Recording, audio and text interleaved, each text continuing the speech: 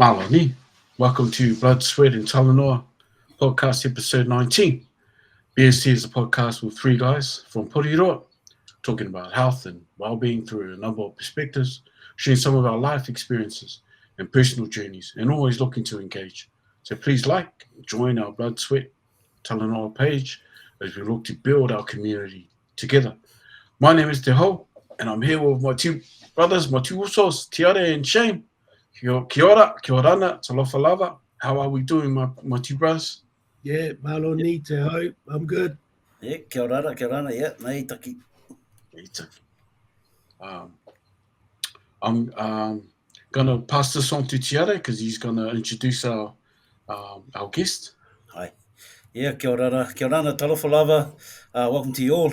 It's a privilege and honour to bring on board tonight our special guest, all the way up from Okalofa, Auckland, Mr. Brian Sagala. Yeah. Talofa lava.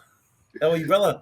Oh, very good, thank you. Kia ora, kia rana, whakalawhalahi atu mā lo lelei, ni sambula, talo hani, talo whakoi ken the mauri, halo le keta wantok, karaki nako mai, halo nem bilong, mā lo le soifua, maua ma le langi e mama. That is just part of the educational excellence at Aotea College. Thank you. Hey, taki mata. Hey, mata. Hey, mata. Before we start your journey, just like you to share your pipia or your pipia, where you're from, and we can go start from there, and then we'll start throwing some questions at you. Yeah, no worries. And firstly, just a very big thank you, brothers, for allowing me to come on and to talanoa with you today. I really appreciate it. So my name, Ma'a Brian Sagala. I'm the eldest of four boys, Yese, Polo, and Sua. Our parents, Salatielu Sagala, who passed in 2009 from the village of Vaie in Safaka in Samoa, and my mum, Sa Alatimu.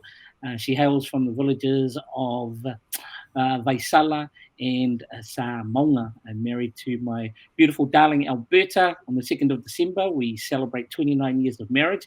And then you go for all the married men out there. You should know this sort of information, along with 7 children and 7 children and 10 grandchildren. So praise the Lord. Yeah. Wow. I didn't realize so many grandchildren there. You've shocked them. You've shocked them. Yeah, it's like Father Abraham. I tried to follow that example in the Bible. So yeah, still working on it. Yeah. Thank you for sharing your PPR. I'm sure the boys here have some questions to carry on now, and I'll just Father Abraham. Eh? Okay, Ma'a, bro, Hey. tell us about. It's good to see you, bro. Good Welcome, to see you, bro. Yeah. Bro, I want to tell us about where you grew up. You know, like Yes. where you're from, where you grew up. Come on. Something I'm always very happy to share in any public setting, regardless. But I am a very proud son of Porirua, born and raised in Ascot Park, Porirua East, 18 Conclusion Street. I attended Tairangi Kindergarten, Rangikura Primary School, Waitangirua Intermediate, and the mighty Aotea College. So growing up in Ascot, and also having played with some of the amazing teams back in the day. Man, we're taking it back, but for those that remember, Waitangirua Vikings, St. George Dragons, Porirua City Phoenix, etc., etc.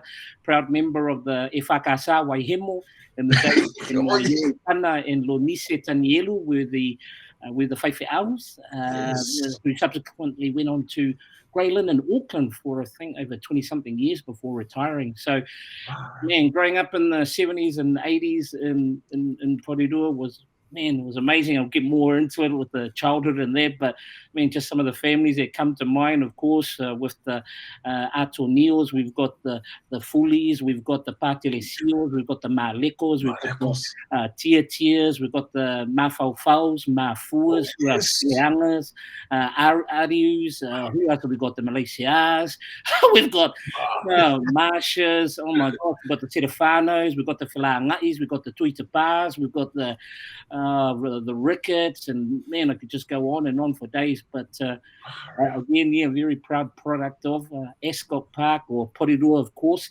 Even though I've lived in Auckland now over, going on 36 years, but you can ask me even now, where do you hail from? And straight away I'm from Porirua, so it hasn't changed. Yeah. Well, you mentioned the families. What about all the schools you've been associated with as well? Yes, once again, very proud of the schools. Tairangi kindergarten there. Again, Rangikura Primary School. I think I went to Tairangi for a few months before my parents saw the light and they transferred me to Rangikura School. So, yes. Tairangi, of course. And then Waitangiroa Intermediate back in the day. I don't know how long it's been. What is it? Kuta Kaupapa now. Yeah. Back in the day, it was amazing. I mean, and of course, Aotea College, we had where we lived, 18 Conclusion Street, where I understand a Thai family now lives, and they've still got the same garage that we built and the same fence that we still built in that back in the late 1970s. What else? Yeah, just so many fond memories. Of course, and especially with Aotea College and mucking around in the teens and that, and just one of the memories that just came into mind with regards to Aotea College. I remember the famous Mr. Murray, or infamous Mr. Murray, who used to drive his red hatchback, driving around the fields. He would actually patrol the fields and be chasing people who were actually wagging. So unless you were at Aotea College back in the 80s and that, and people watching this might go, nah, that's rubbish. But you can ask any student, or maybe those that were chased by the famous red hatchback by Mr. Murray back in the day. Yeah, very interesting. And then of course there was no Aotea block. We had the farmland back in those days. So and of course mucking about with my good friends, Mr. Shane Lau and Mr. Antonio Antonio. The famous Three Amigos back in the day. It was a very commonplace. If you saw one of us, or we would always go, oh, where are the other two? Or where's the other one in that? So very good to have lifelong friendships and great memories and a great foundation growing up in Porirua, which I feel put me in really good stead in my life journey. Yeah. So, well, just so you know, when I used to take books out of the Porirua Public Library, I used to put 18 Conclusion as my address. Yes. You used to keep the books. Hey. Thank you for that. As you can see, I've now got an extensive library. Wow. Yes.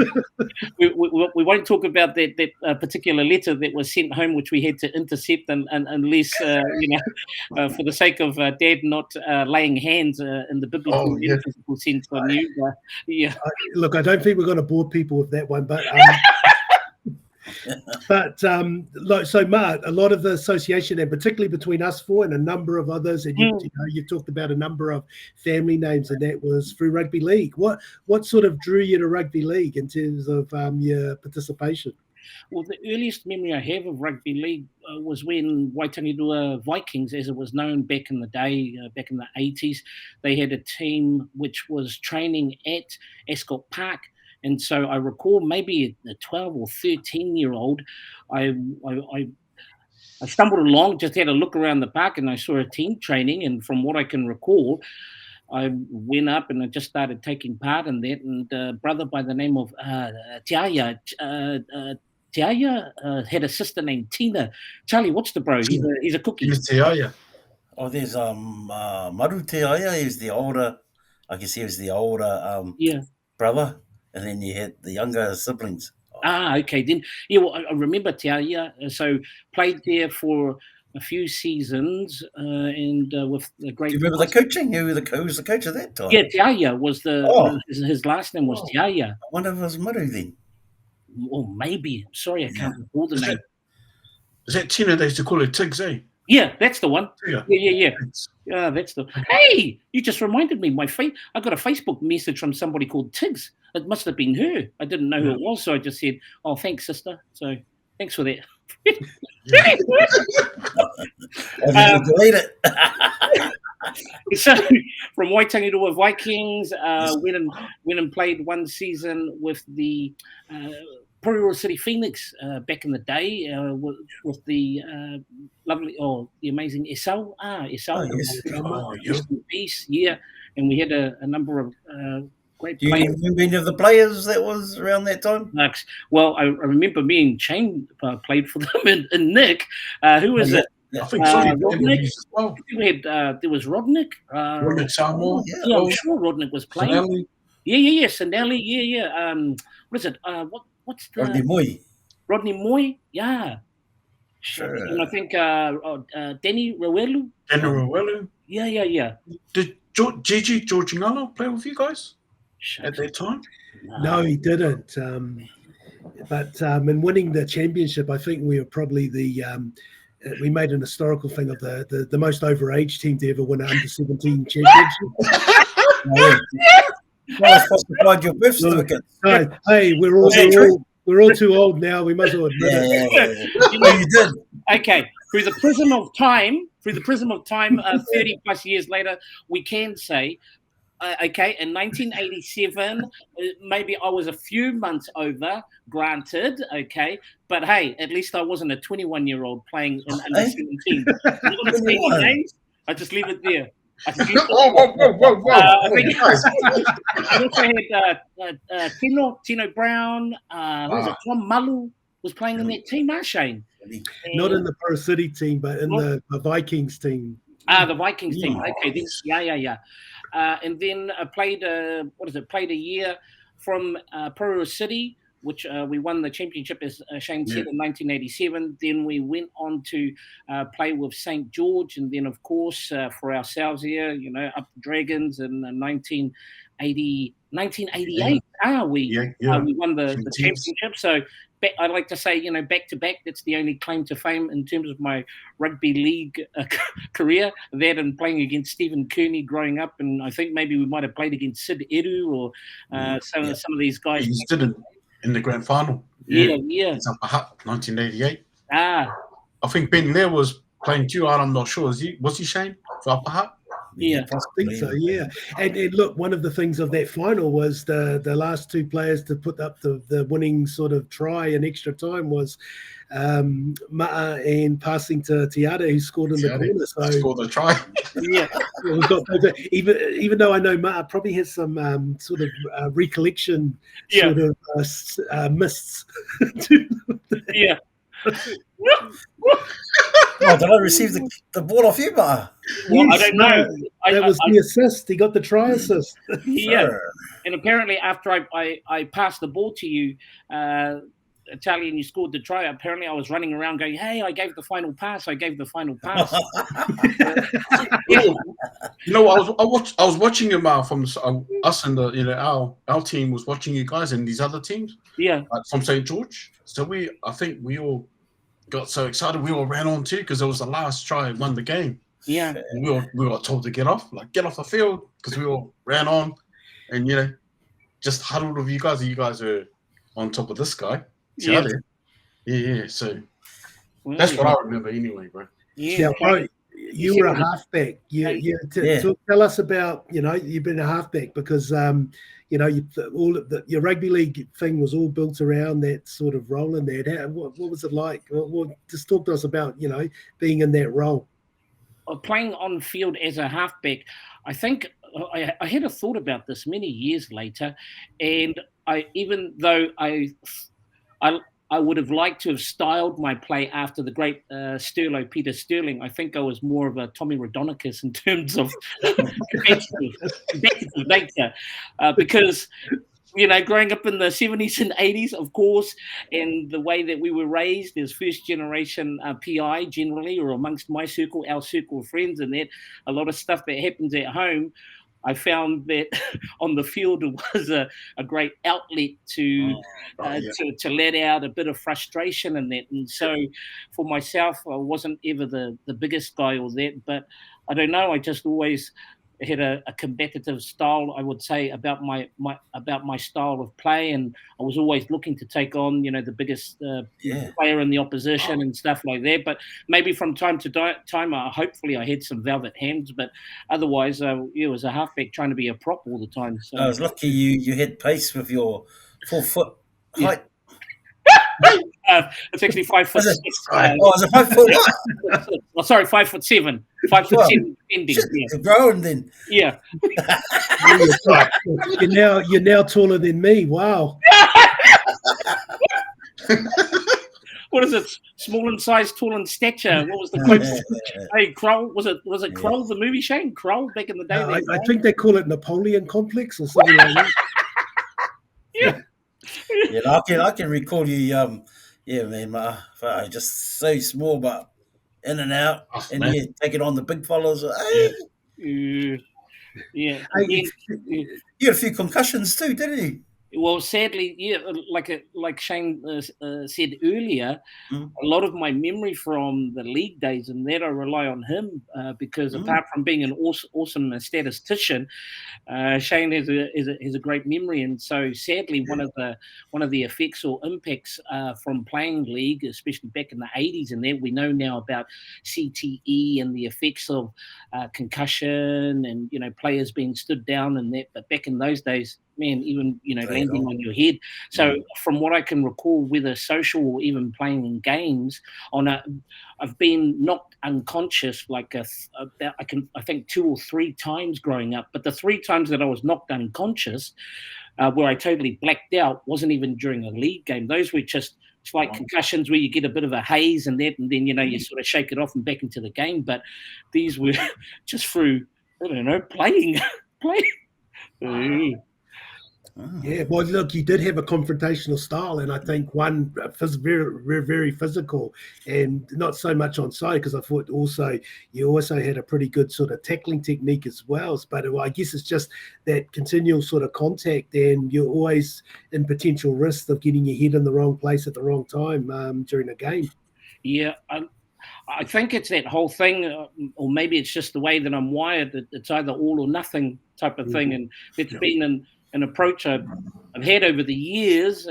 Sometimes, it puts me in good stead, but other times, sadly, it's been the total opposite. And other times, even having that type of mentality has impacted the relationships, especially within my family and that. But, hey, it is what it is. Yeah. Hey, look, I don't want to do disservice because you also spent a couple of seasons playing in Auckland for the mighty Mangere Hawks. What was that like moving from Wellington to play footy in Auckland? It was totally different. As much as I loved my time with Mangere East under the late Roy and Moira Chan, those guys, the guys that I played with in the under 21s and went on to the highest heights of reserve grade and senior Bs. So, but the main difference for me, what kept me playing league, as much as I loved the game in that, was always about the guys that I played alongside. So playing in Porirua alongside guys that you grew up with, that you went to school with, part of the neighborhood and part of the local area where we all, grew up and had the same similar life experiences was different. In moving to Auckland when I was 18 and then didn't play for a few years until hit the under 21s. As much as I love playing for Mangere East and that over the years, and again lifelong friendships, it hits different. Growing up with guys that you've played with over a number of years, still great time. Rub the hawk, Yeah. Now talking about all or nothing. You're a lifelong Parramatta Eels fan. Why? Wow! You know what I say to that, Mr. Shane La'ulu? Why not? Why not? You come at me, I'll come at you. Why not? I wouldn't say. I'm just saying you're a lifelong Eels fan. Fantastic. Why do you use personal information against me, bro? Why do you use that type of information against me? No, look, I wanted to highlight it. Okay. You're just such a diehard Eels fan. You are, bro. And I remember back in the days growing up, man. Parramatta, Eels, and when I became friends with you over the years, then I just thought you were, back then till now. That's 30-something years, man. Yeah, we're nearing 40 now, bro. Nearing 40 years. So the way it started was, as a lot of people do, you tend to move towards winners. Like, I'm sure there's a number of bandwagon Penrith Penrith players, Penrith supporters these days. I wouldn't say the same about the Warriors, but anywho. But back in the day when we were at college, Parramatta were the team having won premierships 81, 82, 83, and then 86. 1986. And so from there, that's what attracted me to Parramatta. And then you're having, great players again like Peter Sterling, you have Ray Price, you have Mick Cronin, the Guru Eric Groth, and others. And so that's where the love affair started with Parramatta. And then of course when we used to have, what were the rugby league mags that we used to have back in the day? Rugby League Week, that's the one. And so I was one of those guys. I used to cut out all the pictures, and that was my wallpaper back in the day. And growing up, I used to have all the pictures pasted up against my wall, and front and center was a big cutout. You know how they used to have those double page, double page size. Was Mr. Peter Sterling, and so I just stay the course. I said about the all or nothing attitude. Well, that's another all or nothing. So there's been a lot of nothing. There's been a lot of nothing nearly over 40 years. I mean, I started supporting them when I was about 13, 14, and again now I'm 53 years old. I'm married with 7 children and 10 grandchildren. So, I've read pretty much every meme you can about Parramatta, and if I had maybe a good 10 seconds, I could run and bring all my jerseys in there. But no, I just love that. I love the team. It's do or die, and I hope that Jason Rolls can take us to the promised land. So I pass on and move to the promised land. So that would be good. Great. Look, you're inheriting sort of one of the best prospects in terms of a young coach, and also someone who's come through a system like Melbourne. So I'm thinking, there's definitely a plan there in terms of what the potential is for the Eels over coming seasons. And you've signed players like Zach Lomax, I think, coming next year. So, it still continues to attract some good players. So hopefully the right combination.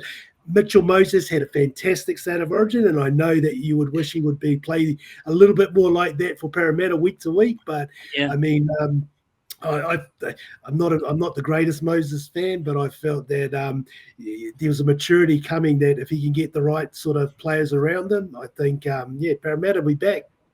He really stood up in the State of Origin, and here's the irony, being a lifelong Parramatta fan, but when it comes to the State of Origin, then of course it's the Maroons all the way. But this is going back to the 80s, and that, remember, all of us, that back in the day New South Wales was dominant, and it was always Queensland, the Maroons, who were playing second fiddle.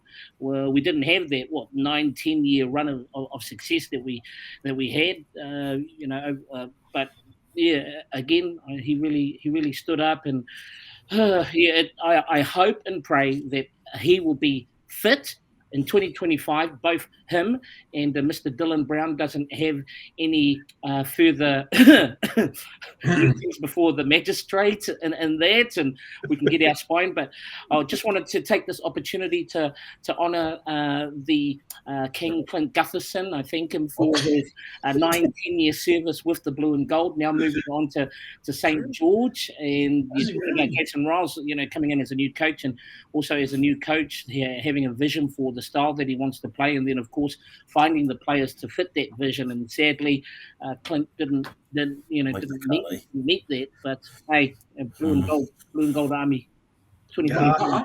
Sorry, let me interrupt you. Maya, you were talking about New South Wales and Queensland, right? Yeah. You know how we were growing up in the 80s. Yeah. Do you remember? Shane, I don't know if you remember too, because you guys come from Aotea.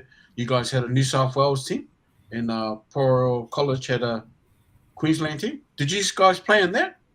Oh, are you talking about the school comp that they had back in the day? No, it was just I think it was the older guys that got it together. I think Tom Ariu and what's his name? Tilo Malaysia got a team from Aotea.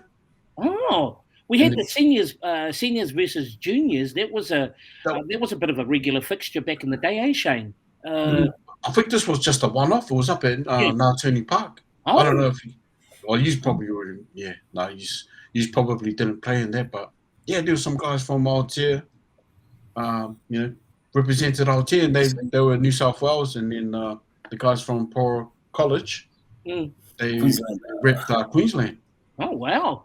Yeah. I don't remember that. But I do remember when I mentioned about the seniors and juniors game that we used to have in Aotea, me and Shane played in that. And that was one incident where after the game finished, I knew I was going to black out because I'd already had 2 previous concussions. Blackout concussions. So what I did after the game, I went up into one of the banks where they had some grass and just waited for the blackout. And then sure enough, bang! And then when I came to, all my friends and that there was nobody there, just me by myself. And yeah, it's okay. Hey, it is what it is. I thought you were having a nap. Yeah. It's a shame. This is a Talanoa, not a trauma session. So. Sorry, I'm sure Mr. Murray would have drove by and picked you up. With glasses in there, eh? Yeah. Well, anyway,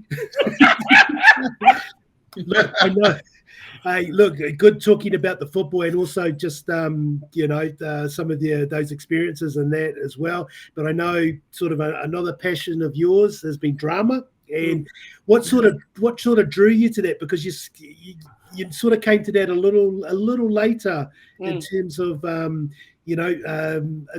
degree in drama, but also moving into sort of acting and that. Tell us about that.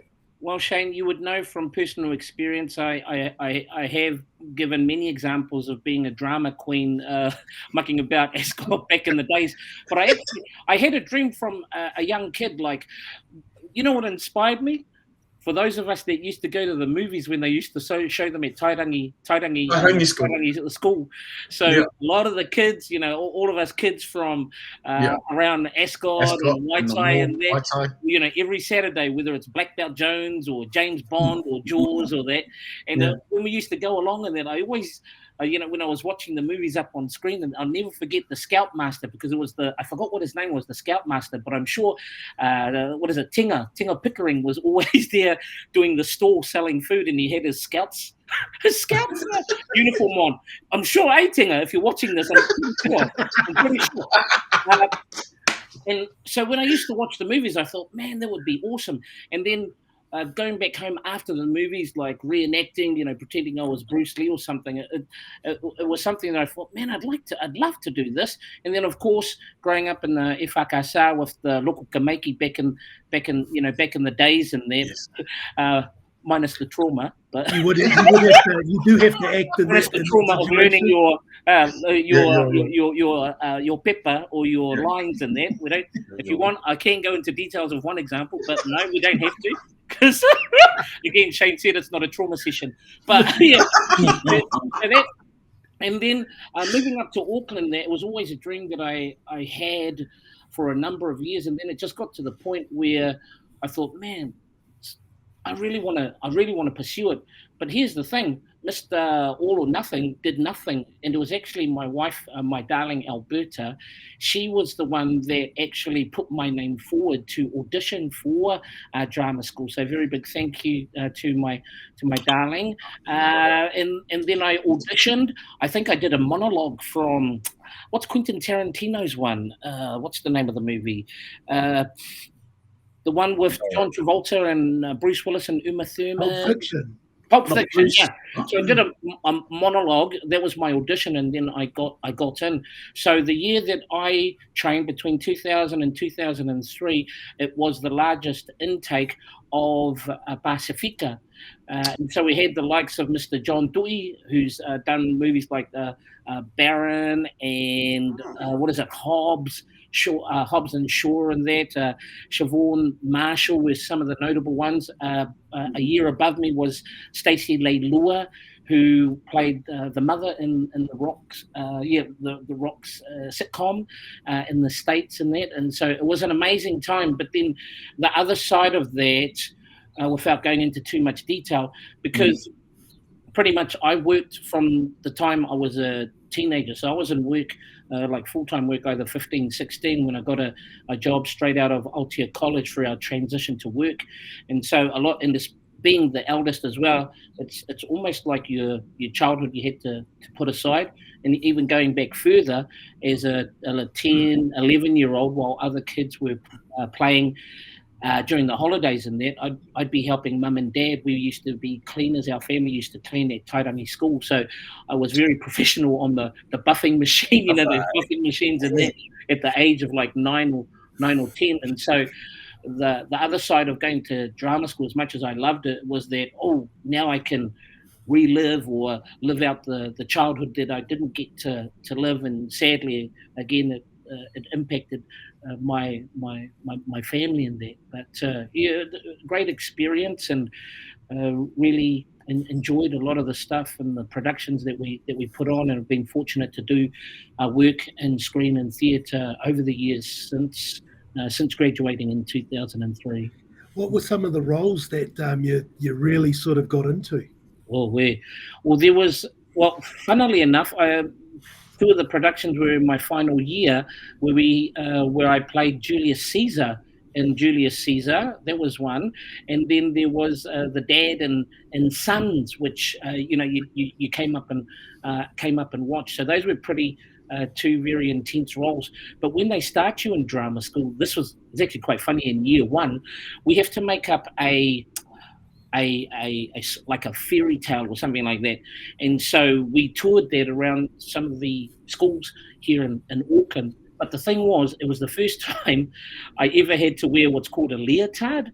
And so if you know what a leotard is, it's pretty much a skin tight, like what they wear in ballet and that, or like the wrestlers back in the WWF days. So and the thing with the leotard, you might as well be naked, because it shows every crevice, every wrinkle, every flab. Was that the short one or the long with the long? Long one. So mind you, my one, even though it was a large, it would be long because of my height. But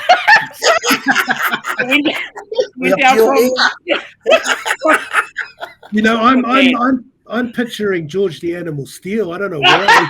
What the heck? Wow. I was thinking more Coco Beware, but you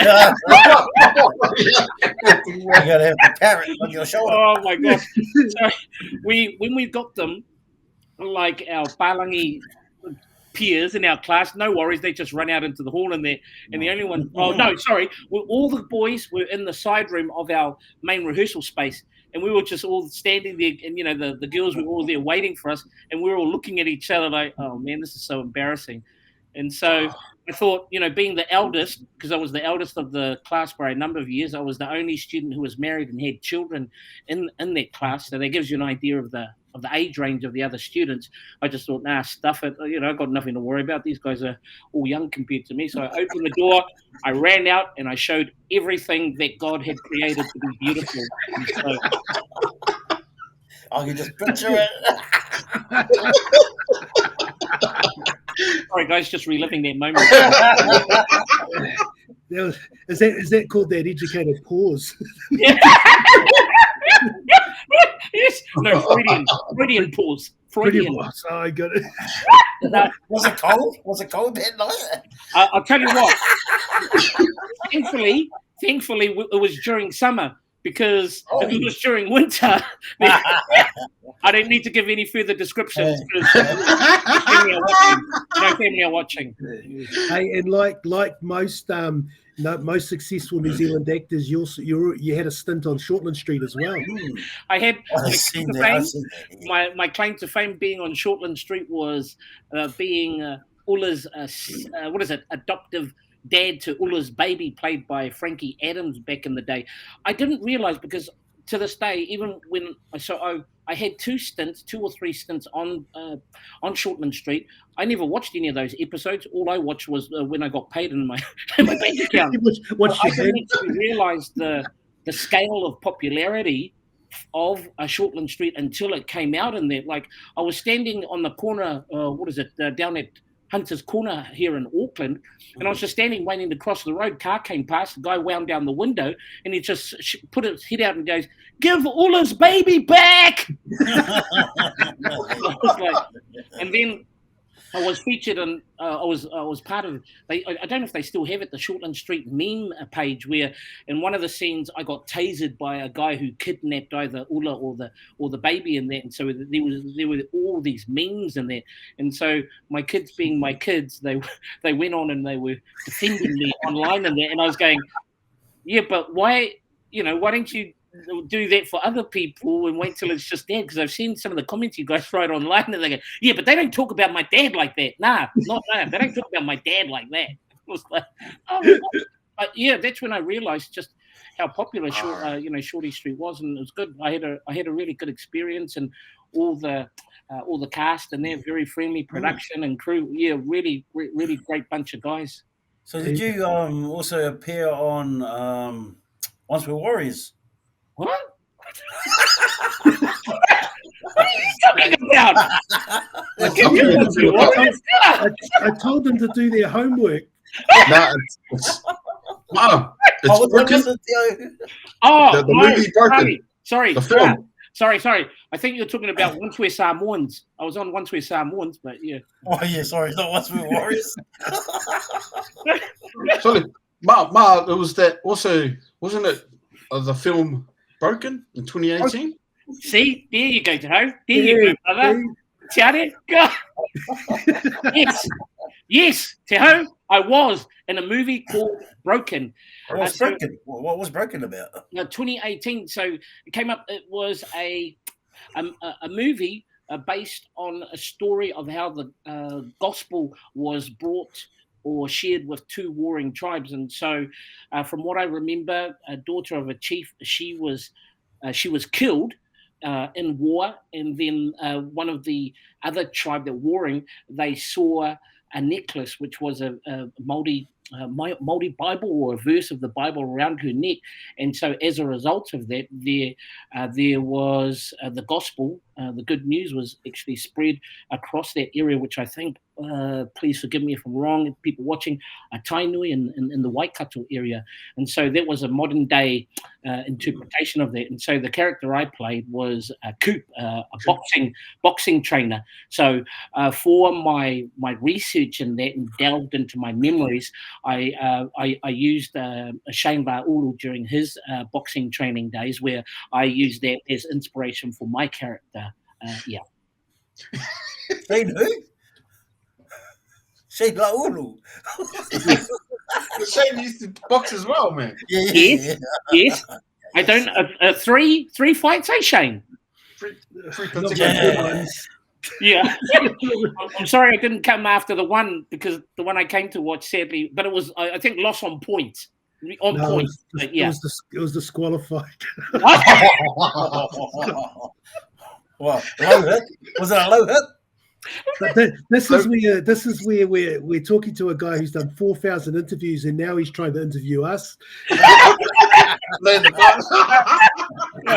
we're more over the 5,000. Yeah, okay. Sorry, 5,000. Yeah, we'll take 4,000, bro. But a more serious question, like in terms of character, like with your training in that, how did you prepare for either a role in terms of a character or that?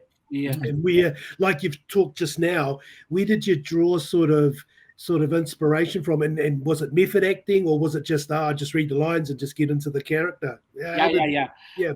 Not so much method acting. From what I remember about our training at a drama school, method acting came as a result of a Russian playwright by the name of Stanislavski. But the method acting as we know it was by one of his students, Adler, who took it and was a famous acting tutor. For me, it was always about the script, because, say, for example, we're leading up to a production, say like a play when I was at drama school. Usually you got about a 2-month turnaround before opening night. And so over the course of 2 months, you work with the director, you work with your other castmates and stuff like that. You come with your ideas, you play around in that, and then you settle on where you go. In terms of the research and that, like, depending on the character, whether it's a real life person or fictional, and that you try and find who the character is to you, like who do you see this person as, and then that informs your research and your preparation. Then of course feeding off your castmates during the rehearsal process. So it's pretty full on. Some of the stuff they do at drama school, I didn't. Yeah, well, I can. No, I won't share. Sorry, I won't share it. Okay. That's all right. Yeah, here's one exercise. So we go into a space. Everybody has to lie down, and then what you do, you have to close your eyes. And what they do is this was an exercise around something like regression. So you start at the age that you are now, and then they slowly talk you through regressing down through the age until you reach the point of being in your mother's womb and that. And so I don't know to this day who it was, but when we got to the womb part, it was all quiet and people were focusing. And then just out of the blue, I just heard.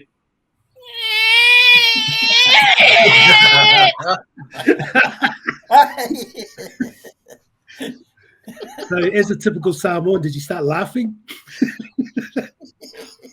Please don't use that generalization, but yes, I did laugh. But at least when I laughed, because he started like a chain, I was like,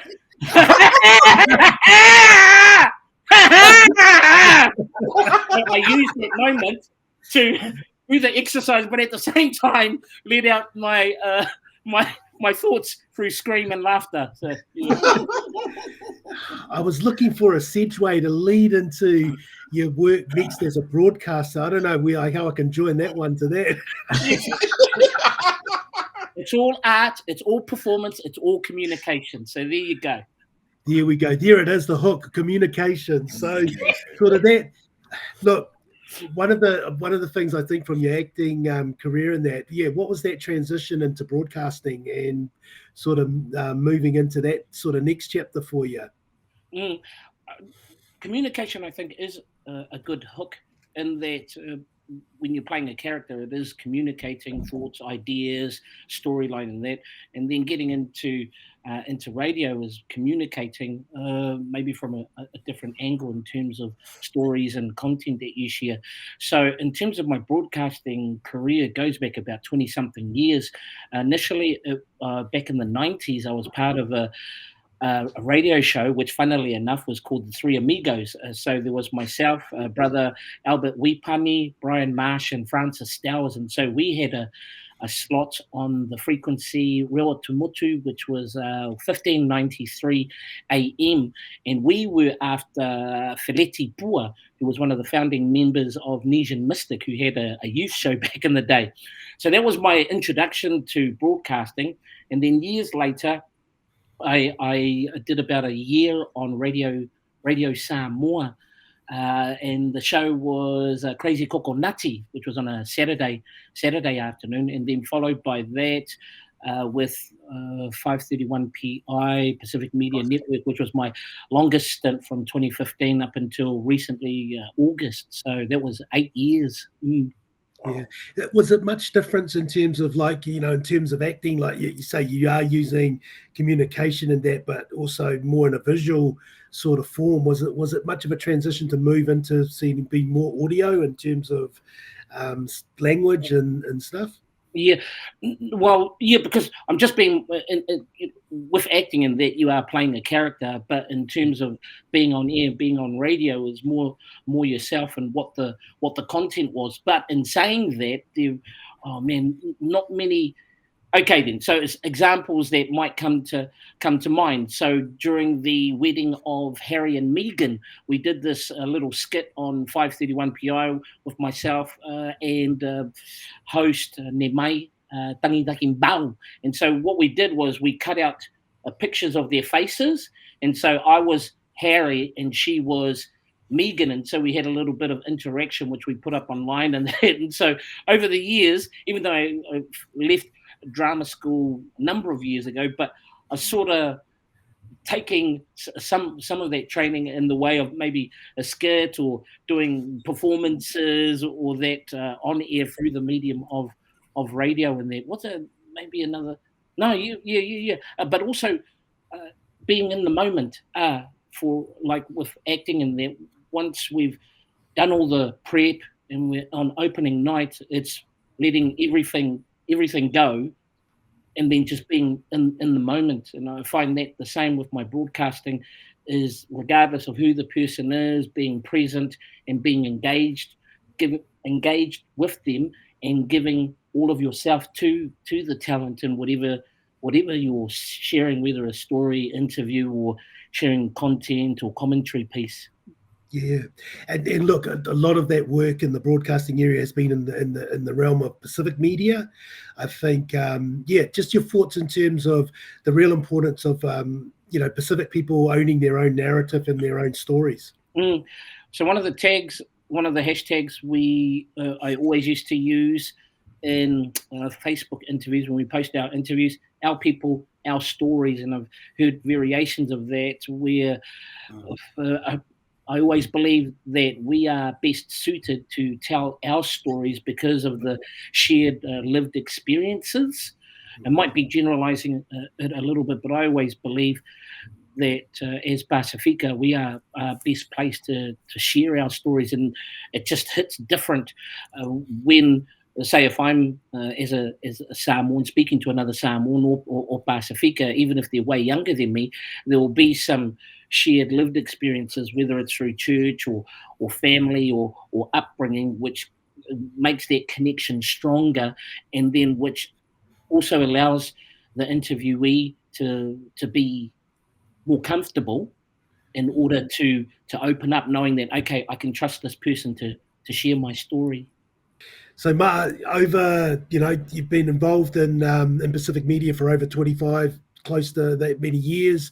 Over that time, you would have seen a real sort of evolution of Pacific media, and a bit of change over that time. What has sort of stuck out?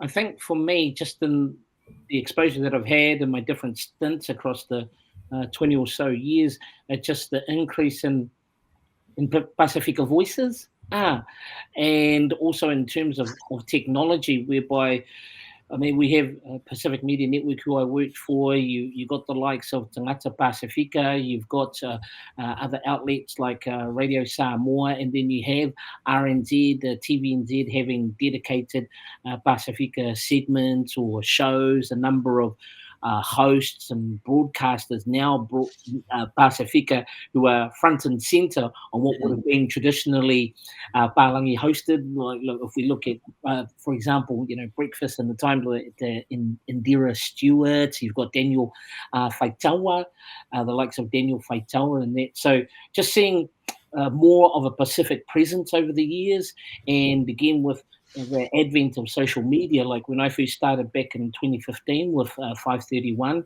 I mean, Facebook had been around for a number of years, but I was initially just doing all audio interviews, and then gradually it got to the point where by the time I finished at the end of August, it was live streaming on Facebook, and then be able to be shared on platforms such as Instagram, TikTok, and that, which then of course would increase the reach as well. And then of course having the instant engagement when you're doing live, and being able to be picked up by platforms like iHeartRadio, so somebody over in Istanbul could be listening in live, and that. So yeah, those are the two main things I've observed or seen during my time as a broadcaster. It made real big impact. And also just our stories, more of our stories being shared.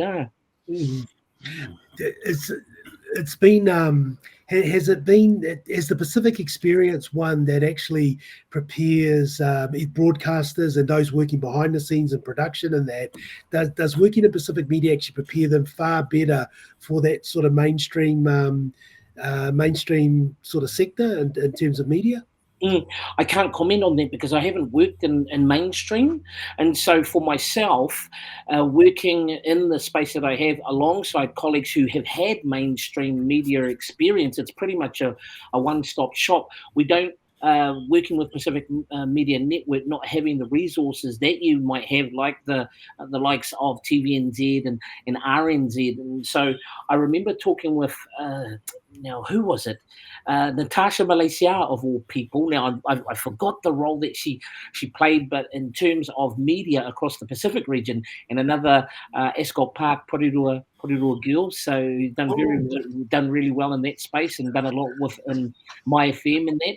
So we had a Talanoa once when she came into visit, and it was surprising because we were told, oh yeah, somebody's coming to have a tour around the office and that, and it's like when you get an email from the managers and that, the SLT saying, oh, you got something, I was like, oh, must be an important person. And so I walked around the corner, and in the hallway I saw some of our SLT along with our CEO, and I saw Tasha there. She saw me, and I went up and I just punched her on the shoulder. It was like, SLT going, oh, this guy knows everybody. What she said to me was this: I'd rather have somebody that can do 4 jobs than having to pay somebody that does 4 individual tasks. So I'll give you an example. Over 8 years that I was with Pacific Media Network, other than having a dedicated producer, which is par for the course in the industry, and the lovely Star Kata and Mabel Muller, I pretty much did 3-4 jobs on my own. In that, for an interview, you source the content and the person that you're going to interview. You write up the interview, you do the interview, and then on Facebook you would post it live on Facebook. And so you're looking at about 3-4 jobs, which in mainstream, from what I understand, is that you would have somebody that's dedicated to, like, you have your executive producer, you have a producer, you have a production producer who takes care of all of that. And then on top of that would be cutting up podcasts to post up on our podcast channel and that. And so doing all that behind the scenes, really, it took a lot, it takes a lot out of you. But what I always would like to say is that the example of our parents who set that example of work ethic, it wasn't uncommon. And I've heard some of the brothers sharing about how, parents doing 2-3 cleaning jobs, and that same as my parents, Dad was working at Ashley, Mum was doing 2-3 cleaning jobs, and that coming home in time to prepare food for us kids to go to school. And so even though I didn't have any formal training as such, I think the good thing that laid a strong foundation for me was that I was willing to put in the work, and my why was big enough. In that, what was my why? My why, always being on radio, and that was always to share the many beautiful, inspirational, diverse stories of our global Pacifica diaspora. And so when you look at a figure like, 5 or so thousand, it sounds like a lot, and it is a lot. But for me, it was always, okay, what am I doing on this day? And you're aiming for 2 to 3 interviews per day, and then over time, again over 6-8 years, it just builds up until you look back from time to time and go, oh my life, I can't believe I've done all that. So yeah, praise the Lord for hardworking parents and just that ethos and that. And then there's the old adage, your attitude determines your altitude. So again, having that strong why. The why was not to promote myself, to promote my profile, and that was always about the stories of our people, which would hopefully inspire always the next generation, always looking ahead to the next generation, to inspire the next generation. Yeah, and look, you've talked about quite a few interviews over those time. Over those, which ones have stuck out? Which ones would you sort of note for us in terms of that were pretty memorable? The ones that I always cite, because I do a bit of MC work over the years, and I always like to use some of the following examples. So a young kid by the name of Tristan Mona, how many years ago, and he was a year 11 at Avondale College. So he was the first Kiwi Pacifica to win the Microsoft PowerPoint global competition. You think, oh yeah, cool, PowerPoint. But then when you hear that he was one of over 800,000 contestants as a teenager, with a combined entries exceeding a million, a kid from from little old New Zealand and the Pasifika. That's pretty incredible. There's also Matamua Loretta Washington, which is one that always stands out for me, born and raised in Otara, the daughter of a minister, Whaipe Ao. So she was born and raised in Otara. At the time I spoke with her, she was the highest ranking officer in the US Armed Forces. She was Chief Master Sergeant of a base in Phoenix, in Arizona, which served a community of over 50,000 people. Whoa. So that's another one. Drink the Milky was one that I did just earlier this year, and some boys from South Auckland health drink supplement. So, from Otara again, when I spoke with the CEO, they had just secured a deal with Countdown to supply 22 Countdown / Woolworths across the country. This was their first start of their first deal. And that was supplying 4,000 units. That only started the business up less than a year prior. And what he did was he pretty much just cold called whoever the owner of Countdown is. He went to the headquarters here in, I think, Mangere and Favona Road. Yeah, Favona. He just pitched the vision. He didn't have any fancy presentation or that. He just got in front of the decision makers, power brokers, shared his vision, and they just bought into it. And then maybe one more, a gentleman by the name of Nick Eschel, a lovely gentleman from Victoria University. So he is one of only 5 people ever to run the length of Australia and the US in his lifetime. So I interviewed him before and after he did the run across Australia, which is just under 4,000 kilometers. This man ran just under 4,000 kilometers, the length of Australia. And what makes it more incredible, when he ran across the States, when he was doing his run across the States, maybe 3/4 of the way or halfway through, he was a victim of hit and run. Guy didn't stop, and this was in the middle of nowhere.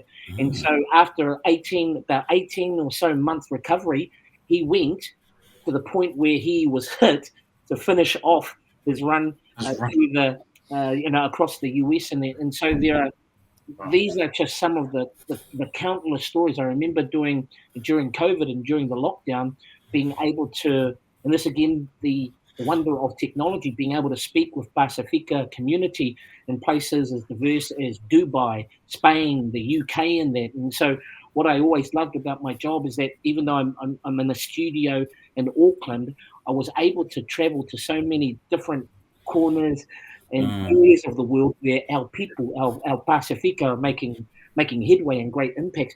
And some of these stories you might not even hear on mainstream, but for me, I always took pride that working on 531 PI, Pacific Media Network, I didn't care about mainstream. For me, it was all about being, Pasifika mainstream, if you will, sharing our stories and encouraging, engaging, inspiring our Pasifika communities, whether mātuas or kids that had just started at school and that. Oh, and maybe just one more lovely lady by the name of McCarthy Stonex or something. She was Samoan at the time that I interviewed her. I think in her early 20s, she had attained the highest level of legal jurisprudence, or whatever the term is, the highest legal qualification in the US, and she had also spent time growing up on a reservation, an American Indian reservation. So again, these are just literally the tip of the iceberg of thousands of Talanoa. Yeah. What always makes a good story for you? I know you've talked about those ones that stick out, but in general, is there stuff that you look for in terms of what you think is really a really good sort of story to share in the community? If you're looking at getting into the space, broadcasting, podcasting, whatever, for me, as the person doing the interview, it's all about the person that you bring on. Invest in them, give everything. In actual fact, you are serving the person who takes time out of their busy schedule to come and join you and to share their story. So it's only right that you, as the person that does the Talanoa, give everything that you can in the way of research and in the way of listening, because to me, listening is the greatest skill in an interview.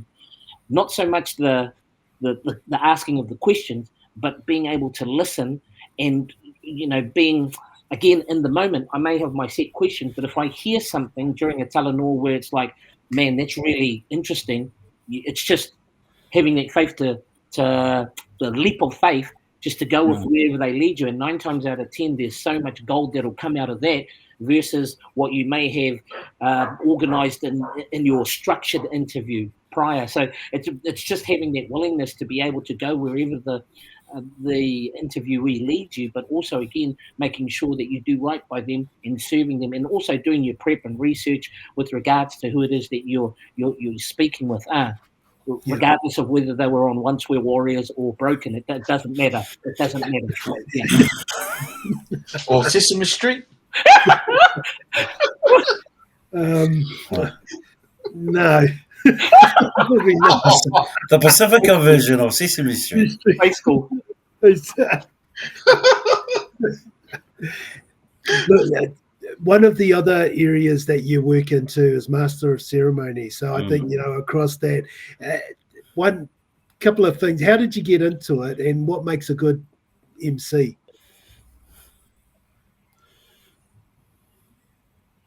Okay. I've been asked this a number of times. It's the way that I got into it was about maybe nearly 30 years ago or something. We're going about nearly 3 decades. I was at an event, and the MC didn't show. That's something, if you want to be an MC, make sure, firstly, you turn up to the event. The person didn't turn up, and then they said, they spotted me, one of my mates, and then they said, hey, you got a big mouth. You come up here and do it. And I was pretty much thrown into the deep end, and I really enjoyed it. I loved the whole being in the moment, being live. It's a bit like acting, a bit like broadcasting, being engaging with an audience in that. And so that's where it all started for me. A few things, if you want to be an MC, what I would say, have a strong foundation. If somebody engages you, again, as I said, with an interviewee, you've got to make sure you do right by the person, the organization that brings you on board to host the event, because the MC, and I'm not belittling other parts of an event, but the MC is the person. They're the traffic officer. They're pretty much the person that drives the whole thing. And so you got to do right by the event in terms of your preparation, finding out what is the vision for this event, and then making sure you have detailed program, keeping the communication constant with the people that hire you. And then on the day, again, it is again, after all the prep and that, just having that leap of faith to yes, stick to the program, but if there are moments where you can add your own personality, taking that leap of faith to do so. And that's another big thing I would say. If you want to be an MC, be yourself. Once I accepted that not everybody is going to like my style of emceeing, that's okay. But better that than you being on a stage and trying to be someone that you're not, because the audience will always see through that. So be yourself, be yourself and be comfortable in your own skin. It's like, you're not going to please everybody, but hey, it's be true to who you are and your character and the gifts that you bring to any given event. It sounds great. Picture slightly sort of thingy, but we'll carry on. I have experienced you emceeing there was a big one down in okay. Was it Te Raupaha? Where was it? 100th Men? Yeah, with all the other speakers as well, and you were hosting it. One of them was David Tour, and the gathering of the gathering of the 500, I think it was, but it only ended up being maybe 100. Yeah. Get the 500. So gathering, or maybe more accurately, 200 to 300. But yeah. I remember that one.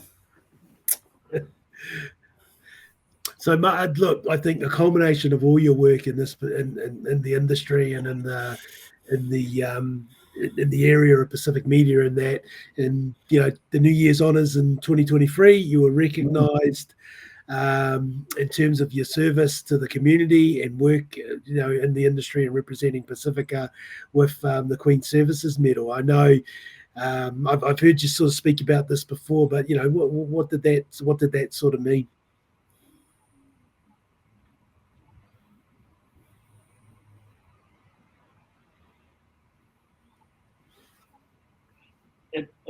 It means a lot.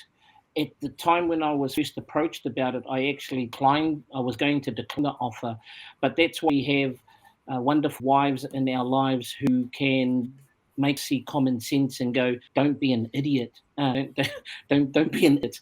So for me, when I went forward to receive, as they're reading the citation, and you walk up and the Governor General or the representative, and they place the ribbon on you. I stood there as the citation was being cited.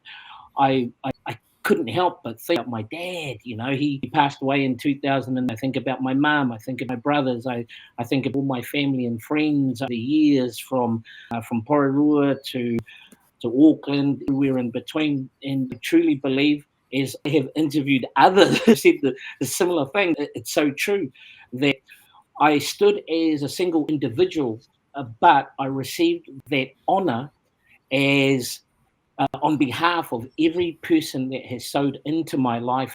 The only regret, of course, that my dad wasn't there because he played such a big part, a big role in my life, and that. But I knew he was watching along with Grandpa and all my aunties and uncles and all my families that have gone before me, but cheering me on from the cloud of witnesses. So a great honour. But again, the greatest honour, especially over the last 8 years, is serving our Pasifika community and sharing the stories of our Pasifika people. Yeah, well, look, a proud moment for us all, and particularly for a kid from Ascot Park. Failed footballer, but then turned out to be a brilliant broadcaster. Yeah, I don't know how you interpret fail if you've won 2 back-to-back championships there, Mr. Lalo. I mean, okay, different levels of fail, but yeah, okay. Sorry about that. Yeah. Well, look, if you can remember them, I think I'd give you a little bit more credit. Wow. Oh. Wow. We're going into that territory now. Okay, then. Okay, no worries. No, of course not. But I know you.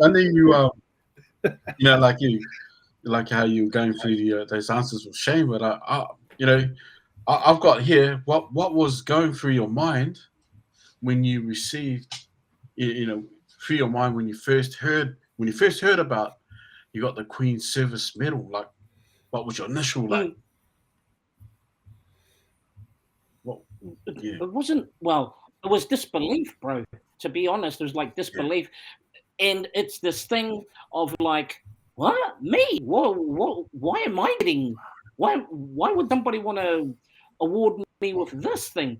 Because again, I've interviewed number of people that have received, Queen's Service Medal and Danes and all these things, and it's like, man, these people have actually done something in their lives. All I've done is like share stories in that, and so I think for me, maybe undervaluing the contribution, which I think we're starting to get into the whole mental health space, is like other people can see. A lot of times other people can see the value in what you do when you yourself don't really see it, or you undervalue your own contribution, thinking, oh no, this is nothing in that. But when you have times like, I'll share an example. So I was emceeing an event a number of years ago in Auckland, and a lady walked up to me during a break, and she asked, "Oh, are you Brian Sagala?" And I was thinking, "Oh my gosh," because she had quite a stern look on her face, and I was thinking, "Oh no, what have I done?" Maybe it was something that I said during the earlier session or something, and I said, "Oh yes, I am," and she said, "I just want you to pass on our thanks as a family to you and the people at 531 PI. My mother passed away from cancer a few months prior, and in her final months, 531 PI brought real comfort to her. And so when you hear stories, it was never for that type of recognition. Do you know what I mean? That when you hear that type of story, it's like, wow, because you're so busy. Just as soon as I'm finishing an interview or a thing, I'm moving on to the next show the next day. And I never take time, maybe once in a blue moon, to sort of look back and go, oh yeah, okay, that was cool. But only when you have those types of interactions, and I've had a few over the years, where you think, oh man, this is when you can have that type of impact, it really means a lot. Yeah, that's really cool.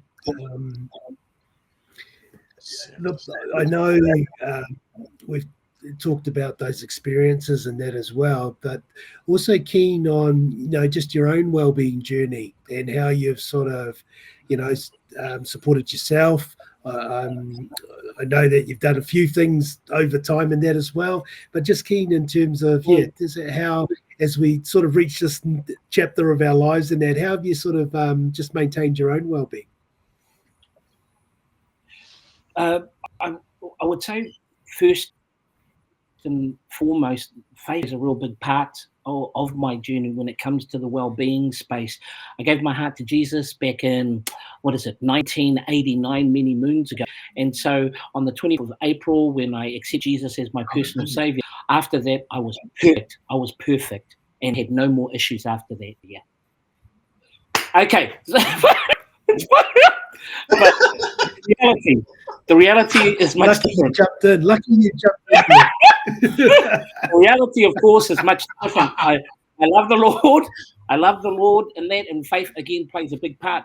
But it's an everyday journey. Another big part, of course, is my darling wife Alberta. She is the rock. She is the backbone of our family. And having a woman who gives unconditionally of herself to you and to the children and to the grandkids, and just in general, myself and Berta, or I call it Albert. She's different to me. She easily forgives. She's very gracious, and she's very hospitable. I am at times, but then again, it can be like, oh, no. But she's another big part which helps me in that space, having people that you can trust.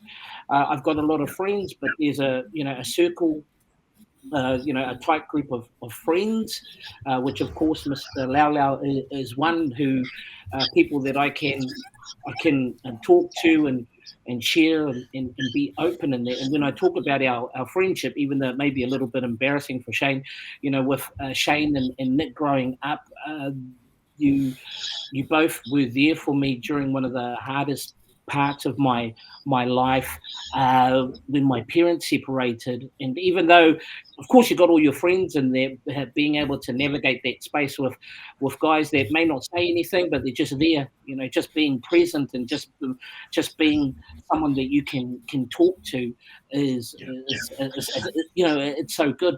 And so with that, I would always say, especially to our brothers that are watching this, the worst thing you can do is isolate yourself. The worst thing you can do is isolate yourself, thinking, okay, I'll deal with it myself. No, if and when you find yourself in those moments, it's the thing of, okay, then I got to reach out. It's, you hear this term about toxic masculinity, but I read in the word that, hey, when I am weak, I am strong. Don't be scared to be vulnerable, to Talanoa, to open up, because in the vulnerability there is the strength which you can share. And like the adage goes, what is it? Many hands like work are. And also, if you, as a friend, have someone that you think, oh man, I haven't heard from them, or amongst a group of friends I haven't heard from them, take the initiative, reach out and just say, hey, I haven't heard from you a while. How's everything going in that? So Talanoa is such a powerful tool in the mental health space. So those are some of the things that help keep me grounded. And I suppose from time to time, making time for yourself, whether it's going to a movie. For me, like having coffees with my wife, and then we go to the cafe and stuff like that. We've got 2 dogs that we walk, getting out, getting into nature. All those things really help in the area of mental health and well-being. Yeah. You sort of have a little sort of podcast as well, you and Berta. Yeah, well, so we were doing a podcast. What is it called? Oh, sorry, Sweet Honey from the Rock. Yes, Sweet Honey from the Rock. Check it out on YouTube. Yeah. And so we go through the books of Genesis and Exodus, and we're supposed to be doing Leviticus in there, but it's going on and sharing the word, but also being real about things that are going on in our marriage, and hopefully from our sharing in Talanoa that would encourage others, couples or whatever. So yeah, it's a good outlet. There's some podcasts these days. You can see, everybody's praise the Lord doing podcasts, and I think it's actually awesome. There's so many stories. There's so many different voices out there who can share different perspectives and stuff like that. So yeah. Thanks God. So look, I just we sort of draw to a close. I'm just thinking, just taking us sort of on a wonderful journey of you across all of those many sort of areas that you've touched in that as well. Is there any, so given where you are in that, some final thoughts? Some final thoughts. I always like to think of our next generation, our young ones. So for anyone watching, is this: never live to the stereotypes perpetuated by media. Oh, okay, then so maybe that might be a bit too heavy, but don't be scared.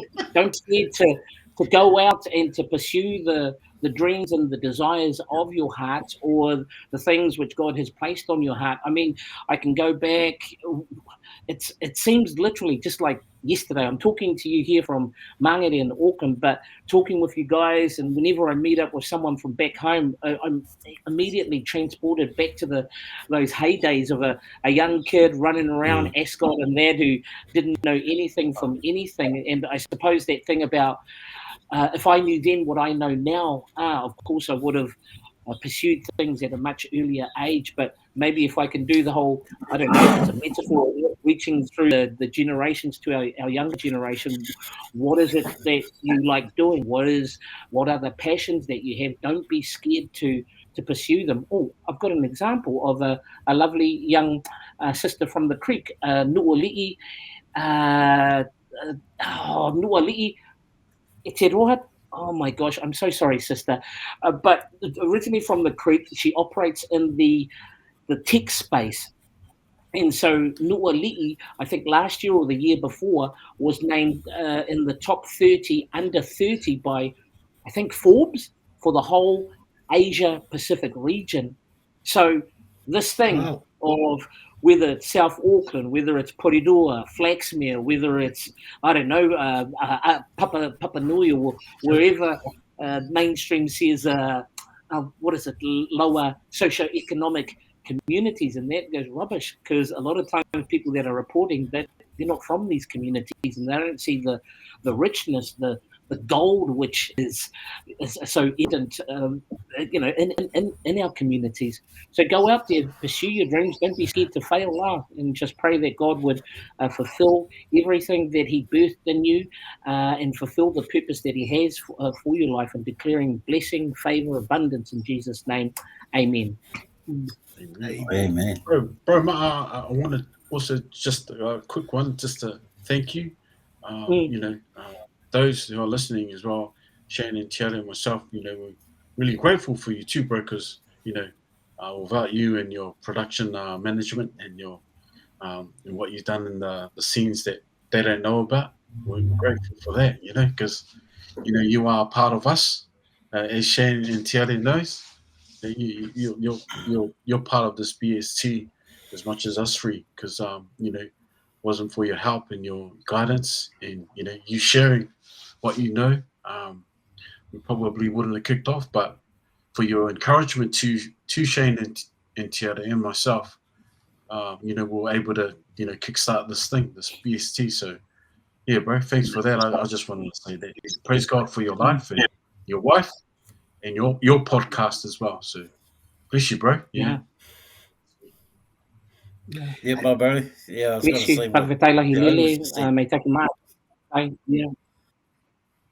Yeah, I was just going to also acknowledge your help with us, with the crew of BST, setting us up, giving us the insides of how to do a podcast and how to perform and all that jazz, and making sure we get the right content and all that stuff. But yeah, once again, mei taki mata.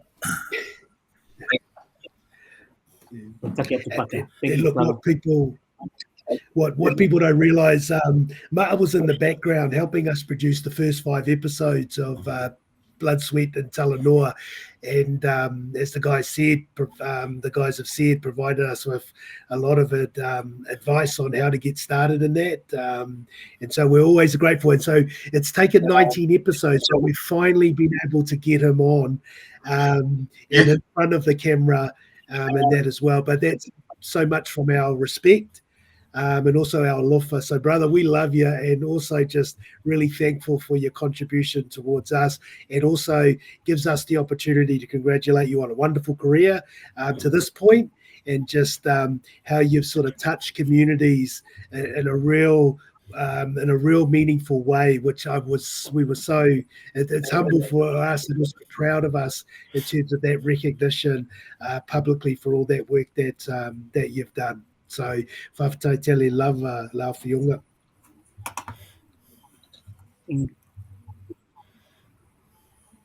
Thank you so much, bro, and thank you to all of you. And again, when I was asked by Shane to help, I didn't have a second thought about it. It's like, man, and yeah, helping where I can, and to see where you guys have taken and much further in that, and sharing your perspectives and your unique voice. It's amazing, and seeing some of the awesome talanoa that you guys have has been really good. So keep up the amazing work, and hey man, wherever life leads me, I'm always going to be that kid from Ascot. Just just doing it. Come on, whole life. Wonderful. So look, thank you, Ma. It's been a great pleasure in terms of sitting down with us tonight, and that sort of concludes our episode, and we'll be back for the next one. So everyone, take care. Mā te wā. Kia ora, kia manuia.